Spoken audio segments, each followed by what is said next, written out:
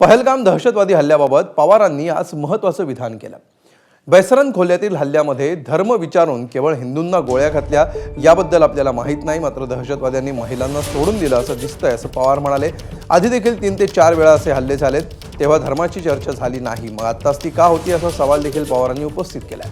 एवढंच नाही तर या हल्ल्यामुळे सुरक्षेत जी कमतरता दिसली ती भरून काढण्यासाठी सरकारनं तातडीनं पावलं उचलली पाहिजेत असंही पवारांनी पुढे म्हटलंय।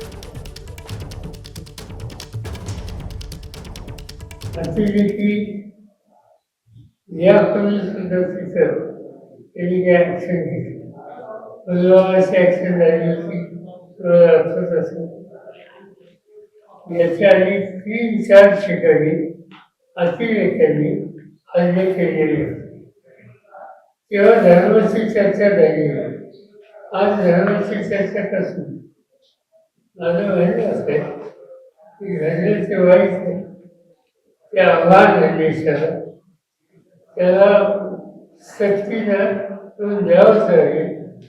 पण त्या निमित्तानं एक धार्मिक अंतर वाढेल असं काम तुम्ही करू। काही पर्यटक सांगतात की तुम्ही हिंदू आहात का मुस्लिम आहात असं विचारून आतंकवाद्यांनी गोळ्या घातल्या असं म्हटलं जातं। कुठल्या वेगळ्या दिशेने चाललं हे सगळं? असं म्हणतात, मला माहिती नाही काय याच्यात सत्य। आपण देशाचे संरक्षण मंत्री होता, तिथे जे लोक होते प्रवासी, त्याच्यात स्त्रियांना त्यांनी सोडलेले दिसते, पुरुषांना बघायला। पुण्यामध्ये 2 लोकांचे मृत्यू झाले,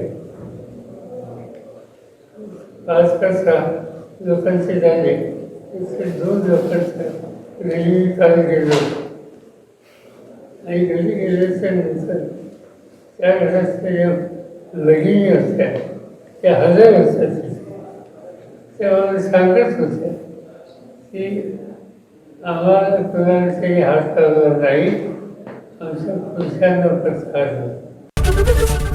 एबीपी माझा, उघडा डोळे बघा नीट।